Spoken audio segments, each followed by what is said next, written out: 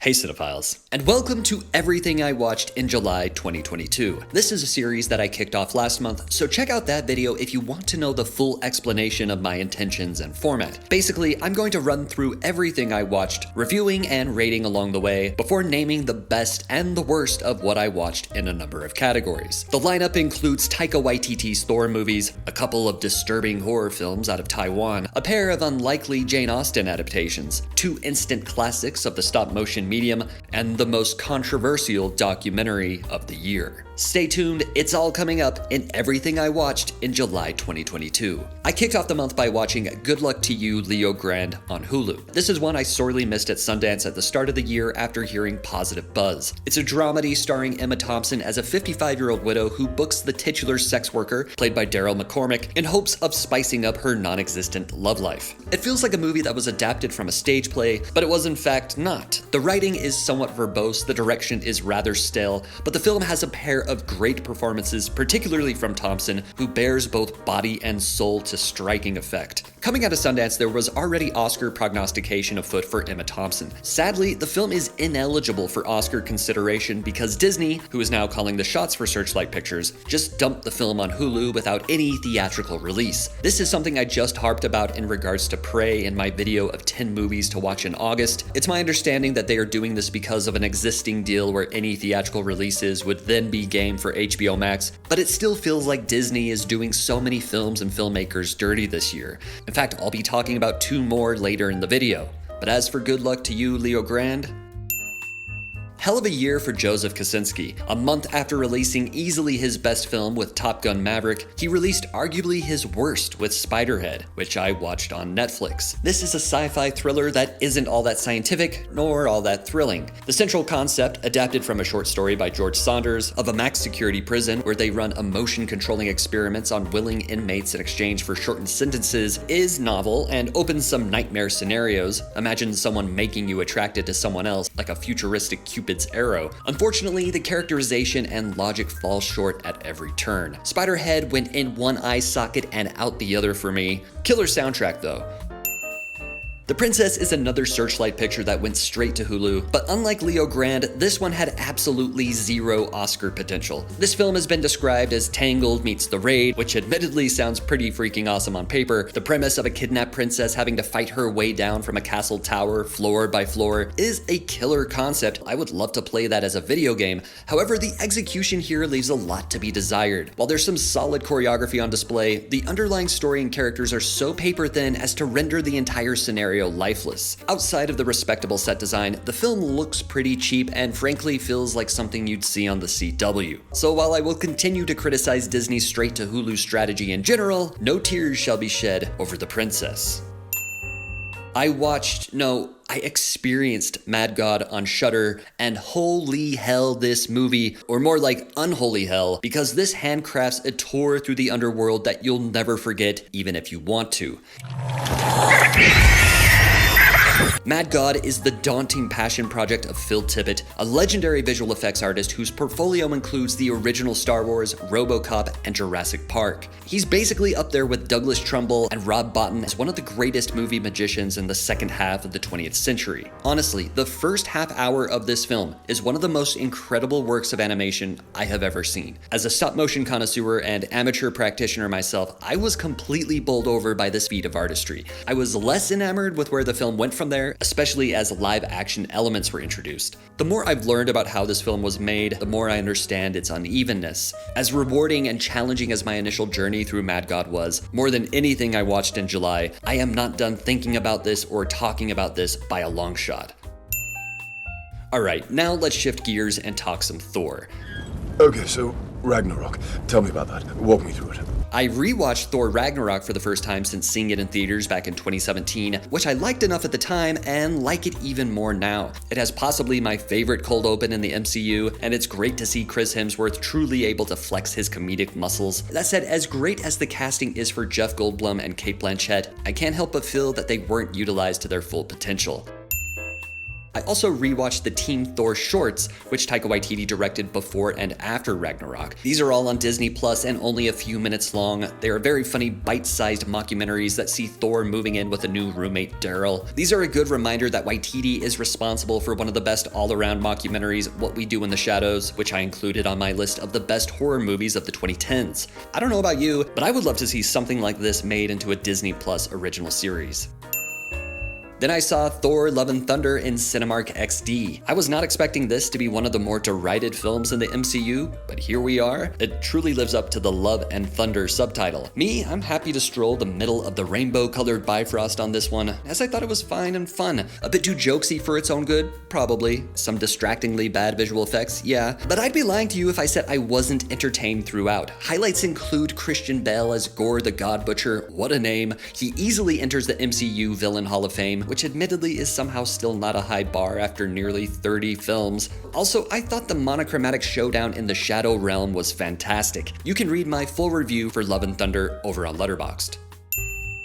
I continued working my way through the early films Edison Company's playlist on the Library of Congress's YouTube channel and watched Feeding the Doves, Interrupted Lovers, Passaic Falls, and Shooting the Chutes. While most of these are straightforward observational documents, Interrupted Lovers imagines a scenario where a watchful father teaches the young suitor of his daughter a hard lesson. Man, they should have called this Blue Balls. It seems to be played for laughs, but if you really think about it, this is a horror movie. You can only imagine what happens next.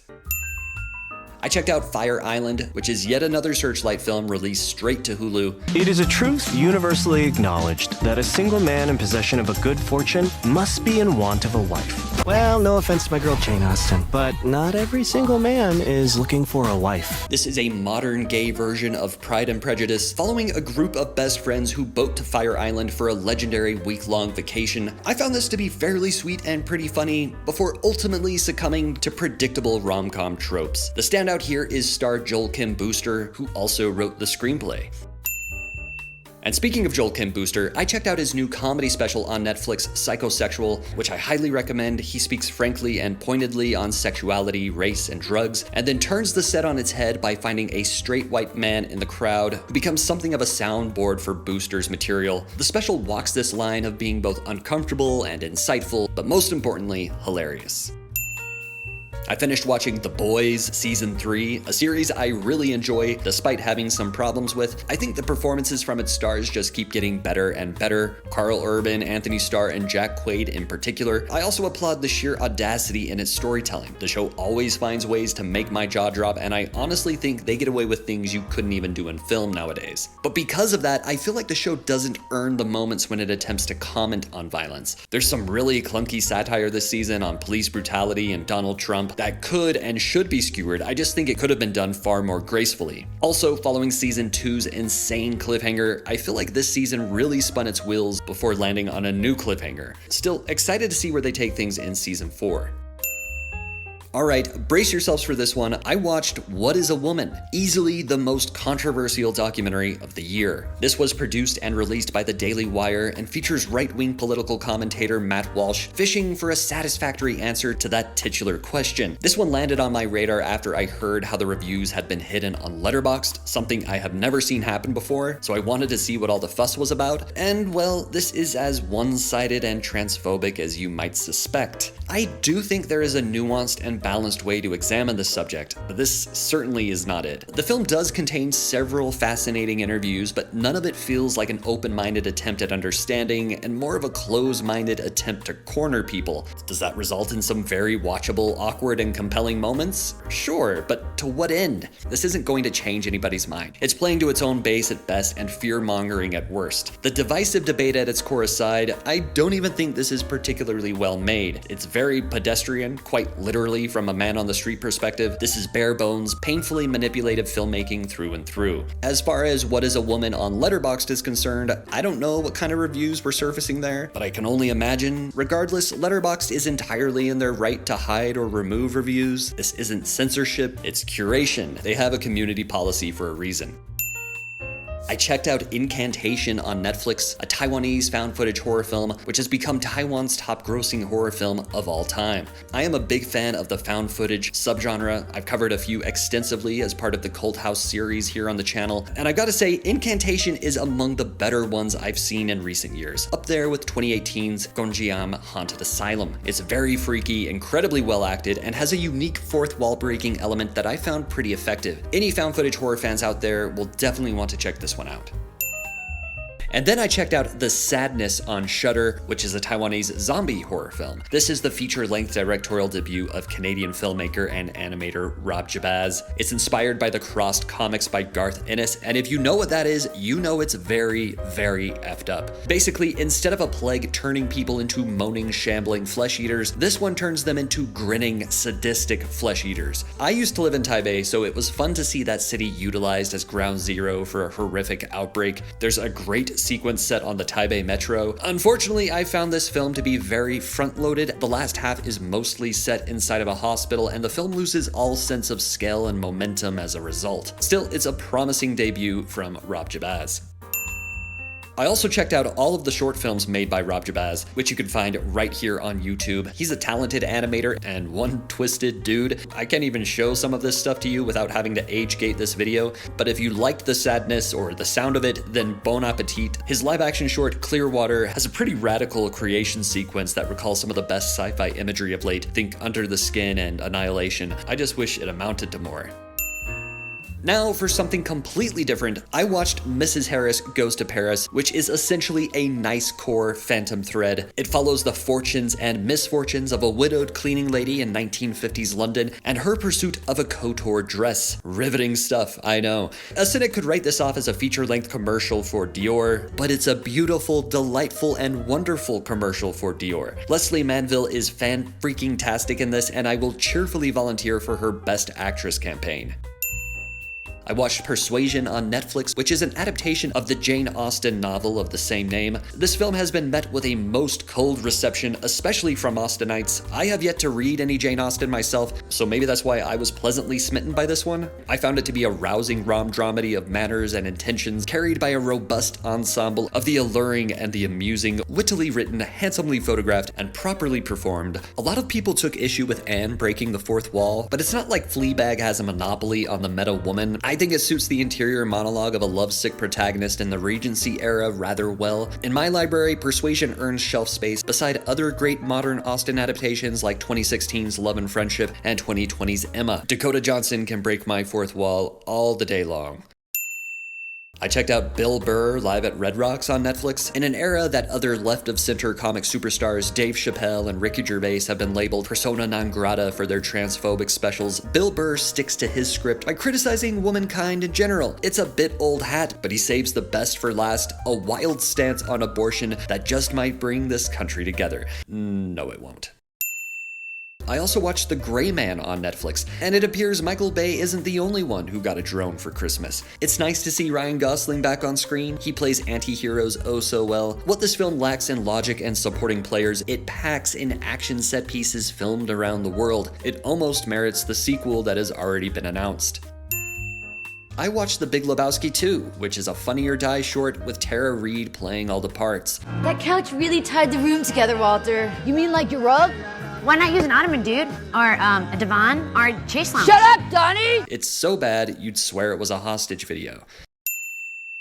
I watched Nope twice, which should tell you how much I liked it. I saw it first in Cinemark XD and then again in IMAX, and yeah, Jordan Peele can't miss. This was one of my most anticipated films of the year, and it lived up to my expectations. Nope is a cryptic sci-fi horror neo-western about the power of the captured image, tipping its hat to the medium of film whilst tugging the reins of our genre expectations. I love that he enlisted Hoyt van Hoytema for this. After Interstellar and Ad Astra, he is unquestionably the go-to DP in the biz if you want to aim high. Literally, there are shots and sequences here that took my breath away. I've already been keen to compare Peele to early Shyamalan, but now I think it's safe to compare him to early Spielberg. I closed out July on a high note with Marcel the Shell with Shoes On. This is a stop-motion animation mockumentary series from Dean Fleischer Camp featuring the voice of Jenny Slate. I first watched the 3 short films, which are also right here on YouTube. I saw the first one of these over a decade ago. You may have as well. It's simple really. Charming craft plus amusing script plus iconic voice performance equals success.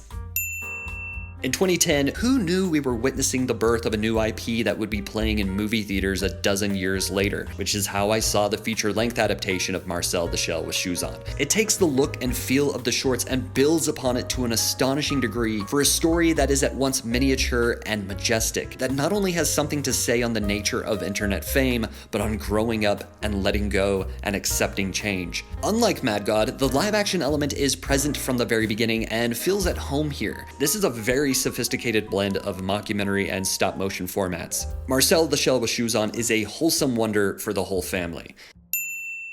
Which brings me to the ranking of my top 5 first-time watches in July 2022. Number 5, Persuasion.